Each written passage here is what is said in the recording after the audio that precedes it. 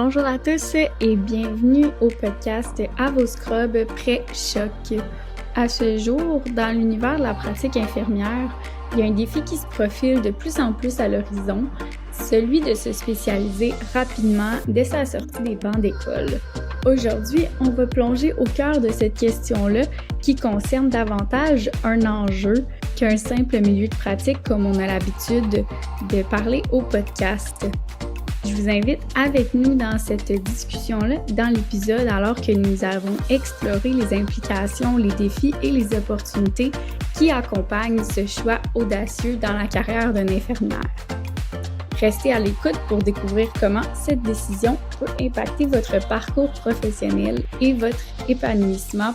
Sur ce, je vous en dis pas plus et je vous souhaite une bonne écoute.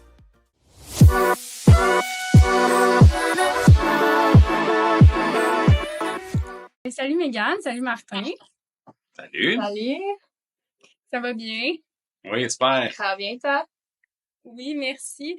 Donc, avant de commencer, je voulais vous remercier de vous être réunis les deux ensemble parce que je pense que ça va apporter une touche podcast d'avoir d'un côté quelqu'un qui va pouvoir nous parler un peu de notre sujet d'un côté plus théorique, puis mettons d'en haut du sujet.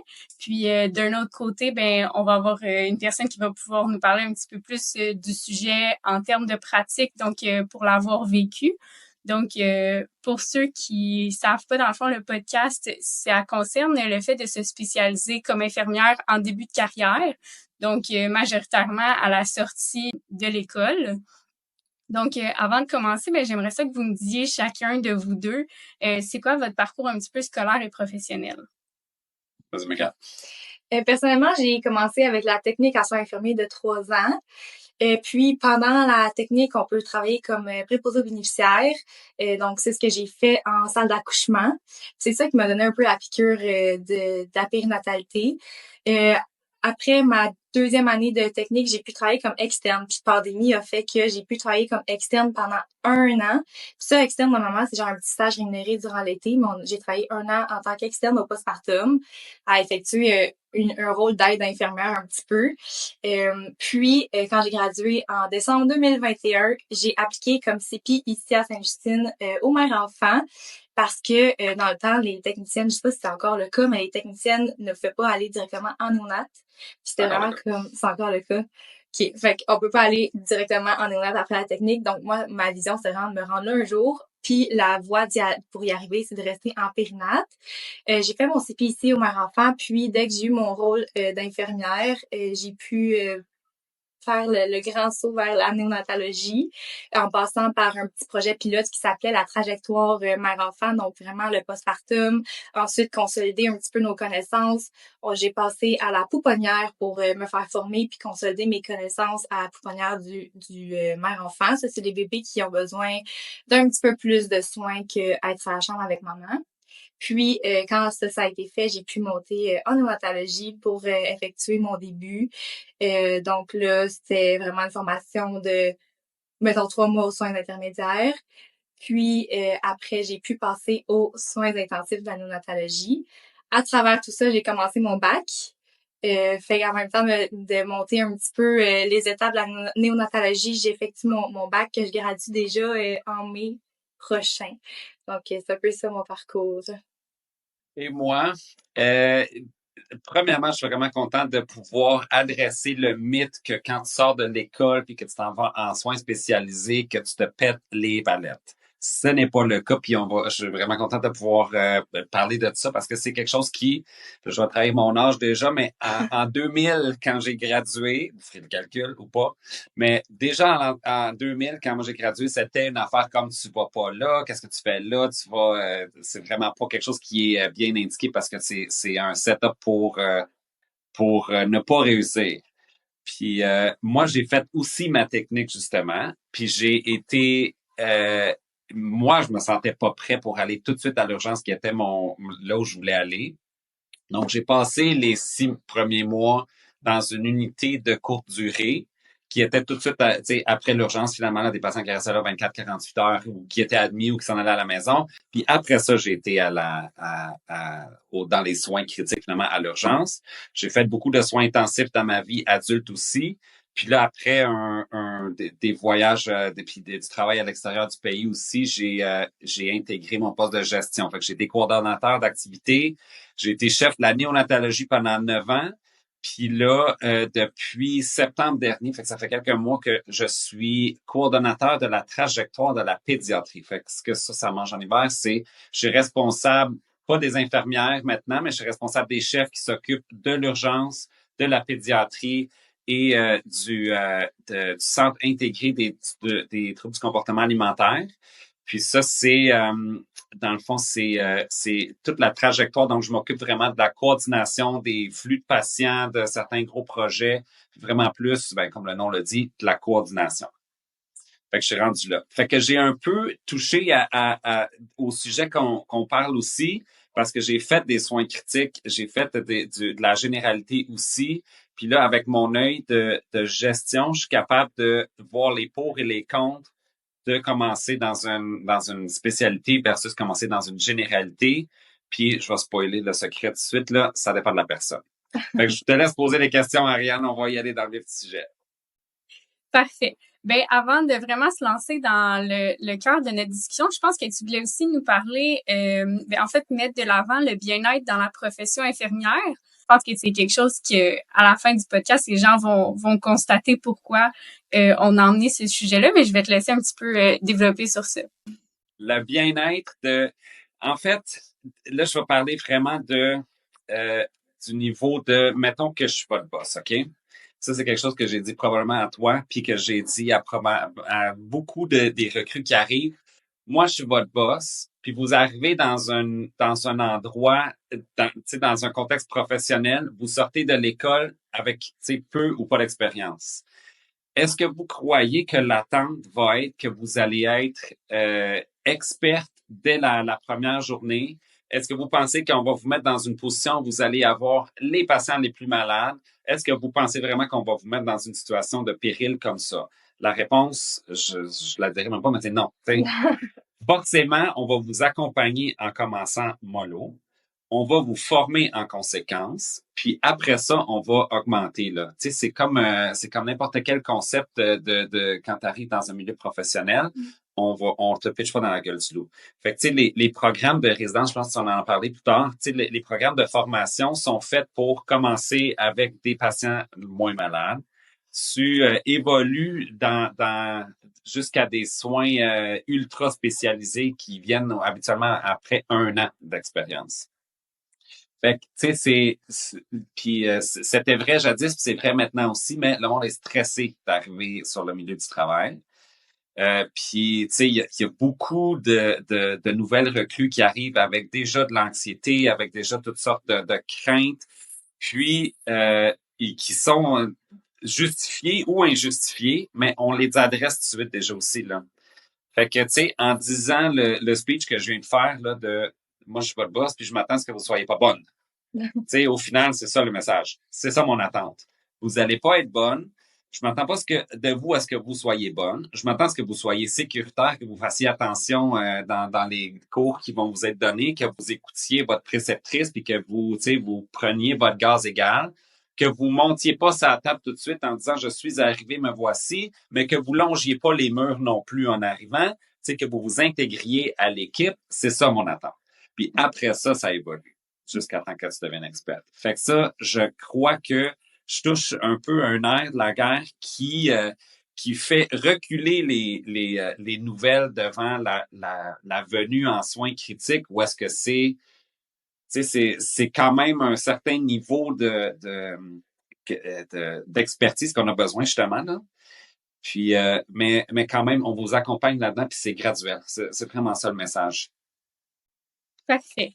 Puis dans le fond, pour aussi, quand tu parlais d'anxiété dans la profession, pour ceux qui seraient pas au courant, on avait fait un épisode avec une infirmière concernant l'anxiété au cœur de la profession infirmière. Fait que si jamais il y en a qui auraient des périodes d'anxiété ou quoi que ce soit, ou qui voudraient comprendre un peu plus le phénomène, ben l'épisode 6 concernait cette partie-là. Mais là, dans le fond, on va vraiment passer au vif du sujet. Donc, se spécialiser comme infirmière à la sortie de l'école. Fait que pour commencer, Mégane, c'est sûr, si t'es là, c'est parce que t'as décidé de faire le saut puis de te spécialiser rapidement à la sortie de l'école. Martin, comme tu nous l'as dit, dans le fond, dans ton temps, c'était pas disponible. Ça n'a pas nécessairement été quelque chose qui t'intéressait. Mais avec les connaissances que tu as à ce jour sur comment le cheminement se fait, si tu aurais à le refaire, est-ce que tu te spécialiserais plus rapidement que tu l'as fait? Je vais me dépersonnaliser dans ma réponse là, parce que je vais parler au général. Tu sais, il y a certaines recrues là, qui vont vouloir aller à l'urgence parce que c'est comme dans les films, puis ils trippent sur l'adrénaline, puis ils se sentent prêts, ils sont assez matures, ils font des liens assez, tu sais, puis c'est vraiment comme une bête d'urgence. Il y en a qui sont plus soins critiques parce qu'ils aiment bien être organisés, ils aiment bien avoir la vue d'ensemble, ils aiment bien avoir le rôle d'accompagner des parents, accompagner des proches, mais aussi être dans l'adrénaline des soins critiques, mais de façon plus précise. Il y en a qui veulent aller en CHSLD, c'est tout à fait correct. Il y en a qui veulent aller dans une école. Il y en a qui veulent aller travailler comme infirmière sur un bateau de croisière, s'il faut. Tout est possible. C'est ça la beauté des soins infirmiers aussi, là. C'est ça qu'il faut corréler entre les désirs de la personne puis l'être humain qu'on est, là, avec le plaisir qu'on va aller rechercher dans la profession et ce qui est disponible. C'est ça le plus des soins infirmiers. Tu peux aller faire un peu, ton éventail, il est très grand. Moi, j'aurais pas été prêt parce que j'étais pas assez mature. Je sortais de la campagne, puis c'était pas quelque chose. J'avais pas le véhicule pour aller tout de suite dans un milieu spécialisé. À le refaire, je crois que ce serait vraiment selon l'autoconnaissance, on dit ça? Self-knowledge, en tout cas. Comment toi tu te connais et comment toi tu te sens. Puis ce qu'il faut dire aussi, qui est connexe à ce sujet-là, c'est que tu vas être accompagné, peu importe si tu t'en vas en spécialité ou si tu t'en vas en généralité, on ne te pitche pas dans la gueule. Parfait. Et je pense que aussi le but du podcast qu'on voulait atteindre avec cet épisode-là, c'était pas nécessairement de dire à tout le monde d'emprunter ce chemin-là, mais ou non plus de décourager qui que ce soit à faire quelque chose de plus général, mais juste de montrer que cette voie-là est disponible, qu'elle existe. Puis malheureusement, ben c'est un tabou, puis de montrer aux gens que dans le fond, c'est pas nécessairement quelque chose d'impossible à faire. Puis ça t'amène un petit peu à poser la question pourquoi ce sujet-là c'est tabou selon vous? Personnellement, je pense que c'est surtout parce que à l'école, quand on étudie les soins, c'est toute la théorie qu'on apprend, c'est vraiment axé sur les soins à l'adulte. Il y a très peu de pédiatrie à l'école, il y a très peu de périnatalité. Fait que je pense que les étudiants, contre leur gré, peut-être, apprennent à connaître vraiment plus les soins aux adultes. Puis on parle beaucoup de médecine chirurgie, on parle vraiment de, ou sinon beaucoup de gériatrie ces temps-ci. Fait que je pense que les étudiants, en sortant de l'école, sont plus à l'aise d'aller dans ce qui est déjà connu sur les bancs d'école. Puis, je comprends aussi parce que ça peut vraiment faire peur de se lancer directement sur le marché du travail dans une spécialité qui est quand même un peu moins connue. Puis, même moi, je connaissais un peu moins la périnatalité quand je m'y suis lancée parce que j'apprenais en grande majorité la théorie pour soigner des adultes. Fait que je pense que c'est pas mal ça. C'est comme un peu le sens que les maisons d'enseignement nous font prendre contre notre gré peut-être. Tu le vois pas non plus tellement non plus. Tu sais, il y a peu de stages en néonatalité puis à l'urgence non plus. C'est vraiment dans des unités générales. Puis c'est pas faux non plus parce on en a besoin partout des infirmières là. Mais il y a aussi le mythe que pour réussir l'examen là, on en parlait là justement comme si tu t'en vas en spécialité, tu vas être moins préparé. Mais au final, ça va super bien. T'sais, moi aussi, je me faisais dire ça beaucoup que si tu vas directement avec les mères et les bébés, tu vas te manquer, mettons, la pratique aux adultes et tout, puis ça va être difficile pour toi de passer l'examen de l'ordre. Turns out, je l'ai eu du premier coup quand même, ça a super bien été. Puis je pense que c'est peu importe notre volonté. Par exemple, moi, je suis quand même allée, puis j'ai fermé mes oreilles à tout ce que les gens me disaient. Puis j'ai dû quand même, effectivement, oui, étudier un peu plus longtemps sur les soins aux adultes, puis les techniques différentes aux adultes. Mais la petite partie, mettons, de la périnatalité puis pédiatrie, mais je la connaissais déjà par cœur, puis ça a super bien été. Puis à l'inverse, mettons, les gens qui sont pros dans les soins aux adultes ont dû vraiment plus étudier sur les spécialités, mettons, pédiatrie, périnatalité, même la psychologie. Ça dépend vraiment de quel domaine que t'es. Fait que peu importe, il y a quelque chose que tu vas avoir à étudier plus fort. Au final, c'est un argument qui s'annule parce que tu t'en vas mère-enfant, il va falloir t'étudier la gériatrie, tu t'en vas en gériatrie, il faut t'étudier mère-enfant ou santé mentale, n'importe quoi. Exact. Puis, tu sais, les soins critiques, tu fais vraiment le tour de chaque système, justement. Fait que, tu sais, t'as autant la cardio que la neuro que, tu sais, respiratoire. T'as pas mal tout, aussi sur le bout des doigts quand t'es en surspécialité. Fait que, ça va quand même. Parfait. Puis sinon, Mégane, en l'ayant fait, c'est quoi les côtés positifs que tu as remarqué de te spécialiser rapidement? Personnellement, il y avait juste, vraiment, là, je parle pour moi, là, parce que, tu sais, comme on parle depuis tantôt, tous les chemins sont bons, mais personnellement, il était pas question que je fasse un autre chemin. J'étais très, très, très mindée, là. Yes. Fait que, moi, c'était vraiment d'aimer mon travail. C'est ça, à la base. C'est ma petite passion, mettons, les bébés, la néonatologie, c'est vraiment, tu sais, je voyais l'émission, là, l'unité des naissances, puis j'étais comme, mon Dieu, faut que j'arrive là un jour. Fait que c'était vraiment, il y avait aucun questionnement dans ma tête. Puis c'était vraiment, au fond de moi, il fallait que j'aime ma job. Puis ce que j'ai aimé aussi, c'est que mon travail était vraiment différent de ce que j'apprenais sur les bancs d'école. Puis je pense que ça me faisait du bien, tu sais, j'aimais ça aller travailler. C'était quelque chose que j'aimais, j'étais super motivée. Puis quand on se spécialise aussi, les collègues, c'est souvent des gens qui ont fait le choix d'être là, qui ont fait le cheminement pour se rendre là. Fait que j'ai vraiment trouvé l'ambiance de travail exceptionnelle. Puis encore, l'encadrement, comme on a parlé un peu plus tôt, c'était vraiment, vraiment bien. Tu sais, vu que les gens savent qu'on est dans une spécialité, tu sais, les chefs et les formateurs savent qu'on voit pas la théorie sur les bancs d'école. On est vraiment très, très bien enseignés. On a des longues formations. Fait que je me sentais vraiment en confiance. Puis, c'est vraiment d'aimer le travail à la base qui est un gros, gros positif pour moi. Parfait. Puis tu sais, pour ceux, en fait, les gens le savent probablement pas, mais moi, je te connaissais déjà, Mégane, avant le podcast. Puis tu sais, on a eu la chance de parler de la profession avant l'enregistrement d'aujourd'hui. Puis je trouve que c'est vraiment beau à voir parce que depuis que tu as commencé, tu sais, depuis le jour 1, tu as vraiment ta profession à cœur. Puis tu sais, tu as comme toujours cette flamme-là là, pour la profession. Puis tu sais, on voit que tu aimes vraiment ce que tu fais. Fait que c'est super beau à voir. Sinon, est-ce que tu dirais qu'il y a des défis que tu as rencontrés à travers ton cheminement? Oui, c'est sûr, il y a des défis dans tous les domaines. Premier petit défi, c'est justement de comme faire le poids entre est-ce que je fais la bonne chose ou non en me spécialisant. C'était vraiment quelque chose que je réfléchissais souvent parce qu'on me disait que c'était peut-être pas la meilleure des idées. Finalement, ça a super bien été. Sinon, un autre défi, c'est quand même c'est quand même, comme j'ai dit, là, ça revient un peu au même, là, mais c'est vraiment de la théorie qu'on voit pas sur les bancs d'école. Fait que c'était vraiment de prendre du temps chez moi pour comme étudier un peu plus durant mes formations avant d'arriver sur le plancher ici. Ça, je pense que c'est partout comme ça dans le fond, là, mais c'est un petit quelque chose à penser que on commence un petit peu à zéro, même si on vient de faire, mettons, 5 ans d'école puis qu'on pense qu'on est rendu infirmière, mais on recommence un petit peu à zéro quand on se surspécialise parce que c'est des nouvelles pathologies, tu sais, c'est vraiment des soins adaptés aux nouveau-nés, tu sais, toutes les signes vitaux, c'est pas les mêmes valeurs. Fait que tu sais, c'est juste de se réadapter à ces nouvelles valeurs-là. Les pathologies, c'est pas les mêmes qu'aux adultes, mais à la fin de la journée, la base des soins, ça reste la même. Fait que je pense que c'est quelques petits défis à réfléchir si on veut se spécialiser, mais personnellement, ma motivation était vraiment trop au top, là. Fait que les petits défis que je peux rencontrer, c'était des peanuts pour moi, là, honnêtement. On parle beaucoup de bonheur au travail, mais il y a aussi le plaisir au travail. Puis, tu sais, selon la personnalité que t'es, comme on disait tantôt, là, il faut que tu ailles à un endroit où tu vas en trouver du plaisir. Parce que oui, l'horaire va être quelque chose qui va être le fun.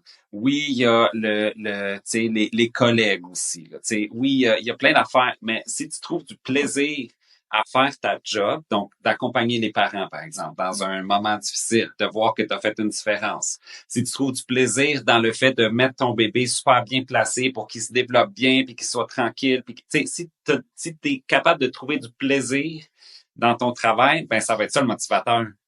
Fait que enlevons les barrières de t'es-tu malade, tu vas aller te péter la gueule, puis entre ça puis ton but, c'est ça qu'il faut enlever au final, là. Fait qu'il faut le motivateur, le premier, ça devrait être où est-ce que tu vas avoir le plus de plaisir dans ta profession. Fait que si c'est l'urgence, mais si c'est les soins intensifs avec les bébés prématurés, c'est encore mieux. Toi, Martin, de ton côté, mettons, d'un côté plus de coordination et tout, quelqu'un qui, mettons, on prend l'exemple de Mégane, dans 10 ans, elle veut changer de domaine, elle a juste fait de la néonatologie. Est-ce que tu penses que ça va être plus difficile d'appliquer sur d'autres postes ou ça va pas nécessairement être un facteur qui va nuire? Ce que je répondrais à ça pour vrai, là, c'est que une carrière d'infirmière n'est pas linéaire, hein. Tu sais, aujourd'hui, tu commences dans quelque chose, peu importe dans quoi tu commences, là, ça donne que toi, c'est de la néonat. Toi, c'était mère-enfant, moi, c'était l'urgence. Mais tu sais, peu importe où tu commences, là, tout d'un coup, il y a un déménagement qui s'impose, ou il y a peut-être que tu veux, t'es tanné de ça, puis il y a quelque chose d'autre qui t'allume. Il y a une nouvelle facette des soins ou de la médecine qui se développe, puis c'est vraiment palpitant. Finalement, tu es plus informatique, puis tu peux aller, tu sais, développer des dossiers cliniques informatisés là, avec ton background de nursing. Fait que je pense que ton parcours tu sais, puis t'en as pour plusieurs années encore. Tu sais, je pense que t'as plus de carrière en face de toi que t'as d'âge en ce moment. Je pense Là. que oui. Fait que, tu sais, je pense pas que tu vas rester toute ta carrière. Ça existe plus de nos jours non plus. Là. Ça, c'est un autre tabou, si je peux en briser un autre, que c'est pas grave là, si tu fais pas 40 ans dans la même unité. Là. C'est plus ça du tout. Là. Il y en a qui vont se chercher certaines cordes à son arc dans une certaine unité avant d'aller à quelque chose d'autre. C'est tout, c'était mère-enfant. Puis après ça, t'es arrivé ici. Fait que, tu sais, il y a vraiment... Je peux pas concevoir, puis c'est ça la société de aujourd'hui, puis le workforce, là, tu sais, sur le marché du travail, il y en a des opportunités pour tout le monde. On ne continue pas toute sa vie dans la même unité, puis c'est correct aussi. Là. Je pense pas que tu vas avoir de la misère à aller n'importe où ailleurs après, là, parce que t'apprends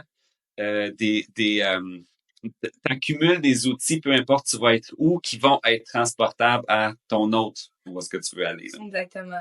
Puis, tu sais, je pense que il y a peut-être un petit côté de tu sais, une fois qu'on est confortable dans nos pantoufles sur une unité, c'est sûr que c'est moins tentant de vouloir changer et tout.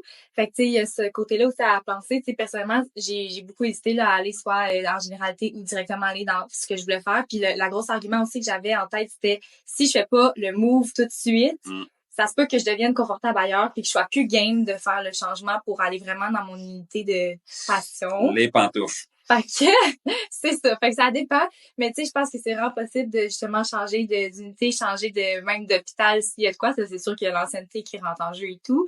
Mais je connais beaucoup de gens qui ont fait, mettons, 2-3 ans à quelque part puis qui ont changé puis c'est vraiment possible puis on a besoin d'infirmières un peu partout. Fait que il y a aucune porte qui se ferme, peu importe. Puis sinon, au niveau de l'encadrement, pour donner un exemple un petit peu plus spécifique, je pense que tu vas pouvoir nous parler de comment toi, ça se passait ton encadrement des personnes qui se spécialisaient rapidement. Mais ça ressemble à quoi un petit peu l'encadrement de quelqu'un qui voudrait se spécialiser? Ben, concrètement, ce que j'ai vécu, c'était vraiment, vraiment bien, honnêtement. Là, justement, quand je suis arrivée en néonatologie, comme on a discuté un peu plus tôt, mais c'est une longue formation théorique à la base. On avait, je pense, 2 semaines de formation comme en ligne de chez nous. Par ça, c'était 2 semaines de formation théorique ici avec des spécialistes. Fait qu'on a vu des médecins, des IPS, des allothérapeutes, physio, ergo. Fait que vraiment, chaque professionnel qui gravite autour de notre patient, notre bébé, ils sont venus nous rencontrer pour nous enseigner plein de choses. Après, on commence sur le plancher, fait que c'est en préceptorat. Fait que c'est avec une infirmière qui est experte dans son domaine, qui est capable de nous former. Puis, personnellement, c'était 9 corps de travail que j'ai effectué en préceptorat. Puis les préceptrices, en tout cas, j'ai pas eu de mauvaise expérience personnellement. Ça a super bien été tout le temps. Les gens sont super gentils, puis ils vont vraiment à notre rythme. Là, on commence au début avec juste un patient en type un peu plus observatoire, puis tranquillement pas vite, la charge de patients augmente, puis les complexités de cas tranquillement pas vite augmentent aussi en préceptorat. Fait que ça nous permet d'atterrir sur l'unité, se familiariser avec les milieux, puis après, comme se concentrer sur des soins de plus en plus importants aux patients. Puis, on a aussi un petit cahier de cheminement qu'on garde avec nous très précieusement dans le préceptorat. C'est mettons, c'est des cahiers de techniques. Parce que, tu sais, oui, les techniques au bébé, ça peut faire quand même un petit peu peur, là. Peu importe dans quel monde que t'atterris en soins infirmiers. La première fois que t'installes, mettons, un intraveineux, c'est très, ça fait peur. Fait qu'on a comme notre petit cahier qu'il faut faire 3 fois chaque technique pour être autonome dans notre pratique. Puis ça, je trouve que c'est vraiment rassurant de justement avoir comme une genre de preuve de hey, j'ai besoin d'aide 3 fois, tu sais, ça fait que la gêne de demander de l'aide ou tu sais le tabou de comme je suis pas capable de faire telle affaire, tu sais, c'est sur papier, fait qu'on n'a pas le choix de se faire aider, de se faire regarder. Puis je trouve que c'est vraiment comme quelque chose qui m'a aidé à justement avoir de quelqu'un à côté de moi pour 3 fois pour chaque technique. Puis même si après 3 fois j'étais pas à l'aise, je pouvais demander de l'aide. Puis encore aujourd'hui, je demande de l'aide pour bien des affaires. Puis tout le monde est super heureux de venir m'aider là. Euh, puis il y a une conseillère en soins qui nous suit aussi de très près. Là. Je pense qu'au début, c'était aux semaines qu'elle me rencontrait vite pour savoir comment ça se passait une fois le préceptorat terminé, qui me suit, qui me pose des questions, est-ce que ça va, tu sais, c'est quoi les cas que tu as eu, puis tu sais, il y a vraiment des gens qui sont là pour nous. Il y a aussi c'est quoi, c'est un comité, je pense, de transition aux soins critiques, là, que je sais pas si ça existe encore, la SAT, Ouais. le soutien à la transition. Ouais. Mais ça, c'est des infirmières, je pense, sont 2 infirmières qui sont là pour vraiment nous soutenir si on vit des choses un peu plus difficiles ou on veut se confier, mais pas nécessairement à nos collègues, parce que des fois, ça peut être comme un petit peu intimidant, ça peut faire peur aussi. On a besoin de ventiler un peu plus, puis on veut pas que ça se sache sur l'unité. Ben, c'est un numéro de téléphone où on peut les rencontrer, puis c'est anonyme, c'est confidentiel. Le but du soutien à la transition, c'est justement pour un peu égaliser la marche qui est entre le cheminement scolaire et la parfois grosse marche d'arriver dans ton contexte professionnel. Fait que, avec tu sais, pour parler de je suis anxieuse à propos de ça ou j'ai de la misère avec ça, puis c'est vraiment pour te donner des outils dans ton coffre à outils pour justement faire cette transition, le soutien à la transition, ça le dit. Exactement. Puis eux, ils aident aussi, mettons, j'ai une amie qui avait besoin d'un plan fait pour elle parce que bon, elle éprouvait plus de difficultés à utiliser la documentation, les plans de travail qu'ils offraient sur l'unité. Fait que ça, c'est vraiment le comité qui ont mis en place un plan adapté à elle, qui a été approuvé, qui était sécuritaire. Fait que c'est vraiment pour les outils.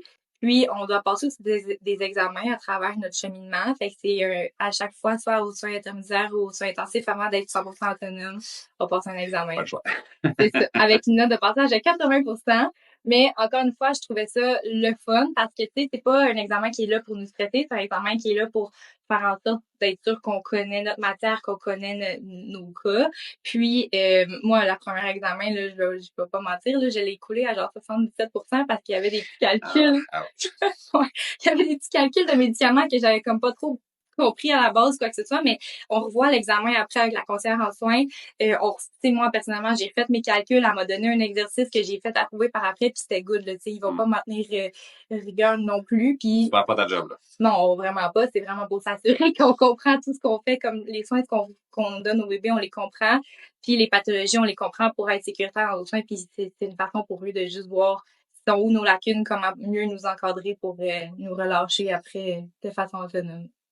Fait que ça se passe super bien. J'ai vraiment aimé l'encadrement. J'ai jamais été autant encadrée qu'en néonatologie. Ce que tu as dit tantôt, c'est le programme de formation, c'est pour que tu sois sécuritaire. Ouais. Puis encore là, je reviens encore dans mon sujet de on ne s'attend pas à ce que tu sois excellente. Non. On s'attend à ce que tu sois sécuritaire. Après ça, tu vas voir les affaires 3 fois, tu vas être accompagné, tu vas te faire coacher, puis là, tu vas devenir excellente tranquillement, pas vite.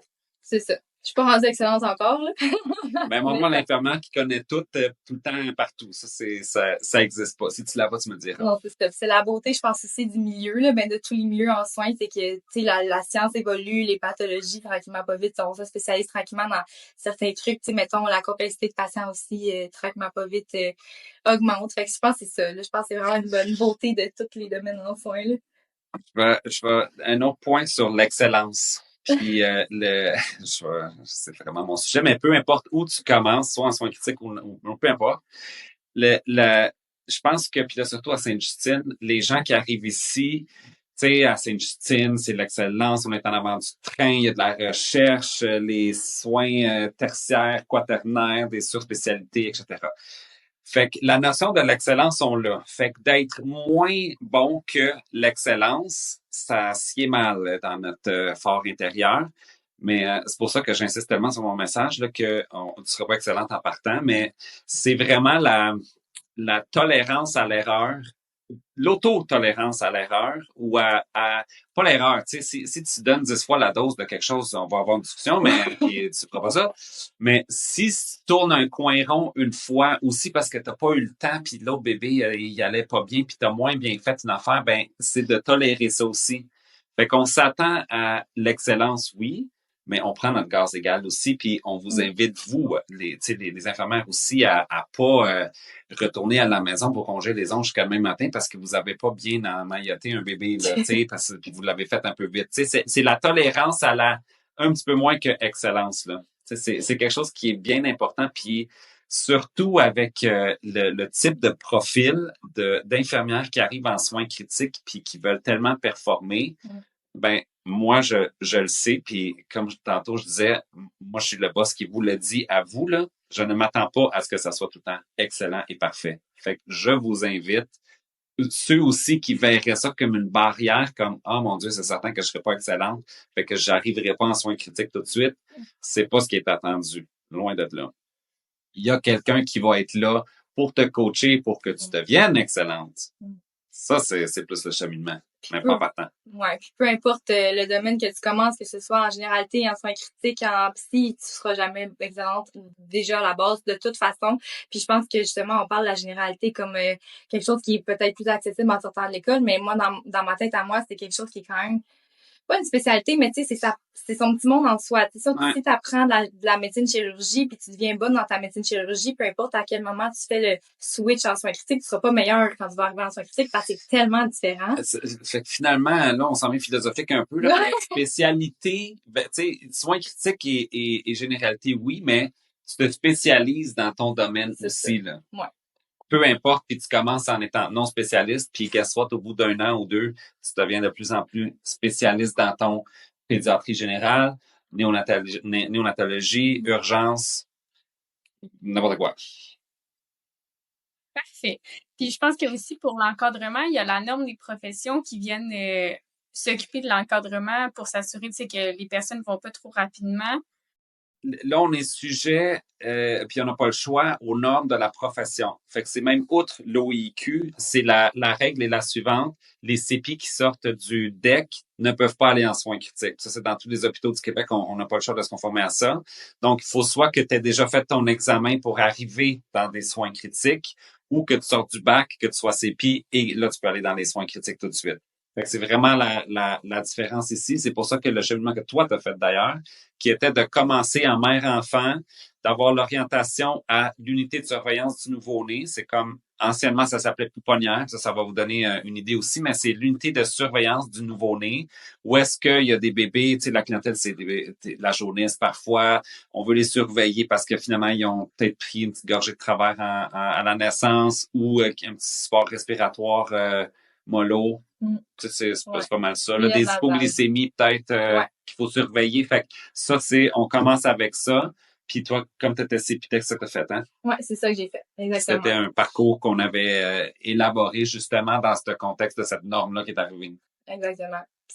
Moi, ça m'a permis aussi de y aller doucement vers des bébés de plus en plus malades aussi. C'est ce que j'ai aimé. J'ai vu des bébés en santé avec maman, papa dans la chambre, tranquillement, pas vite. Dans mon cheminement, les bébés étaient de plus en plus mal en point, mais ça m'a vraiment aidé aussi à comprendre tranquillement, pas vite les étapes puis les soins graduels aussi. Fait que je pense que c'était vraiment un bon cheminement qui est pris, là. J'ai été vraiment reconnaissante de pouvoir faire ça, là. Parfait. Puis quelqu'un qui n'aurait pas nécessairement, tu sais, je pense qu'un autre mythe qu'on entend souvent à l'école, c'est commence comme infirmière dans le domaine que tu vas avoir fait ton externat et ton CPI, comme ça, tu sais, tu vas acquérir de l'expérience puis tu vas venir consolider tes connaissances et par la suite avec ton rôle d'infirmière. Mais est-ce que c'est possible pour n'importe qui aurait fait externat CPI complètement dans un milieu différent de décider de débuter sa carrière dès qu'ils ont leur certification d'infirmière dans une spécialité?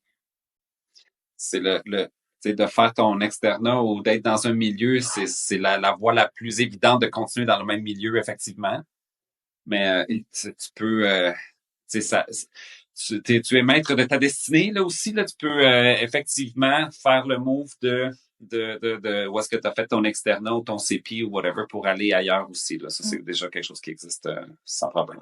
Le secret, c'est l'accompagnement, là, finalement. Tu ne seras pas toute seule quand tu commences. Là. Il y a toujours du monde qui est là pour te soutenir. Puis surtout en néonat, où est-ce que de base, il faut souvent que tu sois 2 personnes pour faire des soins. Exactement. Tu sais, en fait, c'est la norme, c'est pour un bébé intubé, premièrement, il faut qu'il y ait 2 personnes pour éviter les extubations non planifiées. Dans le fond, imaginez un bébé de 500 grammes avec, imaginez le tube qui est dans sa gorge. Ça peut se déplacer de 1 millimètre puis il est extubé, là, finalement. Fait qu'il faut toujours que quelqu'un tienne puis l'autre fasse les manipulations. Puis pour les soins de développement, qui est le B.A.-ba de la néonatologie, il faut quelqu'un pour regrouper le bébé, tu sais, le réconforter pour pas qu'il batte les fers en l'air. Fait que ça prend une personne pendant que l'autre peut faire les manipulations de soins nécessaires. Fait que, veux pas, t'es à 2. Ouais. Fait que ça permet cette espèce de forum d'échange, de coaching, OK, fait que la prochaine fois, on va le faire de même, ou je te dirais que, OK, ça, c'était peut-être un peu trop rough, ou, OK, ça, tu l'as bien fait, justement, comme on avait fait la dernière fois. Tu sais, ça permet cette espèce d'échange informel-là, mais t'es jamais toute seule. Ça, c'est quelque chose qu'il faut retenir aussi. Parce que souvent, le mythe en soins critiques, peut-être, c'est aussi, ça peut être un frein aussi, c'est que il faut que tu connaisses tout parce que faut que tu te débrouilles tout seul. Mais c'est pas le cas. C'est vraiment pas le cas.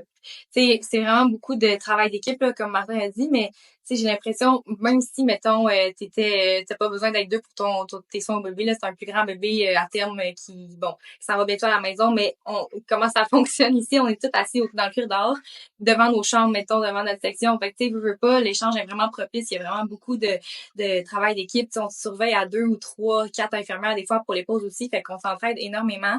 Puis c'est ça, soins intensifs, il y a tout le temps des gens qui sont là pour t'aider, peu importe t'as besoin d'aide, pourquoi. Les inhalothérapeutes sont tout le temps là, sont là pour nous aider pour des soins ou quoi que ce soit. Les infirmières de transport sont là puis viennent nous demander à chaque début de corps de travail, t'as-tu besoin d'aide, t'es-tu correct? Les AIC, ils viennent faire leur tournée, t'es-tu correct, t'as-tu besoin d'aide, veux-tu que je te fasse de quoi? Fait que l'aide est vraiment, je te dis là, il y a comme 4-5, mais non, mais 4-5 personnes par début de corps de travail, t'es-tu correct, t'es-tu de l'aide? Fait que on est vraiment jamais toute seule là, puis il y a tant des collègues disponibles pour no matter what, là. Vraiment. Parfait. Donc, pour toi, Martin, je pense que la première fois qu'on s'est rencontrés, tu m'avais vraiment fait un discours sur une notion que j'avais jamais entendu parler, puis j'ai trouvé ça vraiment intéressant. Donc, je pense que ça pourrait vraiment amener une bonne touche au podcast. C'était la notion de l'échec. Ça rentre dans toute la notion d'excellence, dans est-ce que j'y vais ou c'est quoi qui est un frein de je vais-tu réussir, je vais-tu pas réussir.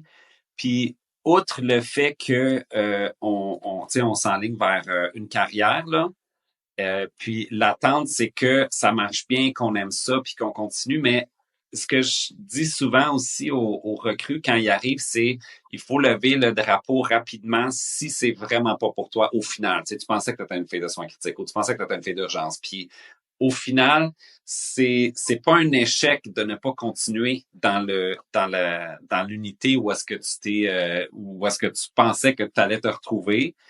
Mais l'échec, c'est plutôt de continuer puis d'être malheureuse puis de pas trouver de plaisir puis de pas trouver de ton épanouissement professionnel. L'échec, c'est vraiment de continuer dans quelque chose que t'aimes pas. Fait qu'il faut, tu sais, même dans l'orientation, quand tu te dis, au final, si on réussit à déceler que c'est pas parce que t'es trop stressé, parce que les bébés pèsent 600 grammes puis tu sais, tout ça, si c'est vraiment pas pour toi, il faut le dire.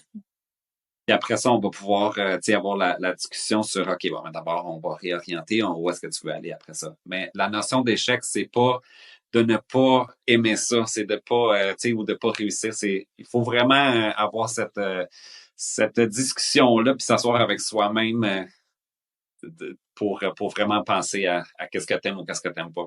Parfait, c'est super bien dit. Puis sinon, on arrive vers la fin du podcast. Je pense qu'on a fait le tour un petit peu de tous les sujets qu'on voulait couvrir. Pour conclure, j'aimerais ça que vous me disiez chacun de vous deux quelque chose que vous aimeriez dire à quelqu'un qui hésiterait à se spécialiser rapidement. C'est un chemin qu'ils veulent emprunter, mais ils ont encore des doutes. Personnellement, ce que je dirais, c'est que je trouve que c'est le cheminement de se spécialiser rapidement, c'est vraiment ça que tu veux. C'est un cheminement qui est très, très intéressant parce qu'on se spécialise rapidement dans notre domaine chouchou. Personnellement, c'est ce que j'ai trouvé vraiment intéressant du début de ma carrière, c'est que ça a pris 1 an et demi, puis j'étais vraiment rendue là où je voulais être. Fait que si c'est quelque chose qui est intéressant pour toi de te spécialiser dans quelque chose que t'aimes rapidement, vas-y, puis si tu veux, tu peux, peu importe, tu vas pouvoir réussir. Il y a tout le temps des moyens d'adaptation. Si ta motivation est là, tu vas réussir dans tous les sphères de ta vie, dans tous les examens que tu vas passer, ça va bien aller. Puis dans la même lignée, essayez-le. Tu sais, il faut se connaître soi-même. Il faut essayer de suivre son rêve, justement, parce que l'éventail du nursing est tellement vaste, là. Essaye de bien te connaître. Assieds-toi avec toi-même pour savoir qu'est-ce que tu veux, quel genre de personne tu es. Essaye d'avoir le plus d'inspiration possible aussi dans tes stages puis dans ton cursus tu sais, à l'école. Puis essaye-le effectivement. Lève le drapeau si c'est vraiment pas pour toi, puis on réalignera le tir. Mais c'est possible d'aller dans une spécialité directe en sortant de l'école ou pas. Fait que c'est vraiment selon qui tu es et qu'est-ce que tu veux vraiment. Mais tout est possible. Ben, merci beaucoup à vous deux. J'espère que la discussion qu'on a eue les trois ensemble, ça va permettre à certains qui auraient des doutes ou des questionnements de voir que cette option-là, ça devrait pas nécessairement être un tabou, puis que c'est vraiment possible pour tous d'emprunter le chemin que chacun veut, parce que comme on l'a dit plus tôt dans le podcast, ben, c'est ça la beauté de la profession infirmière, c'est qu'on peut faire exactement ce qu'on veut à travers la profession. Donc, merci beaucoup à vous deux. Merci beaucoup, Ariane. Merci pour l'invitation. And cut! C'est ce qui conclut le chemin de la spécialisation précoce dans la carrière d'une infirmière. J'espère que cet épisode a pu répondre à vos questions. Que vous soyez déjà engagé dans cette voie-là ou que vous envisagez de la suivre, rappelez-vous que chaque parcours est unique. Continuez à rechercher du soutien, à vous informer et à suivre votre passion. Restez à l'écoute pour plus d'inspiration et de conseils pour faire progresser votre carrière d'infirmière vers de nouveaux horizons passionnants. Si jamais vous avez aimé cet épisode, gênez-vous pas à laisser une mention j'aime ou quelques commentaires, c'est toujours apprécié. La page Facebook et Instagram est toujours disponible pour vous assurer de rien manquer sur la suite du podcast. Donc sur ce, on se revoit dans le prochain épisode. Merci de votre écoute.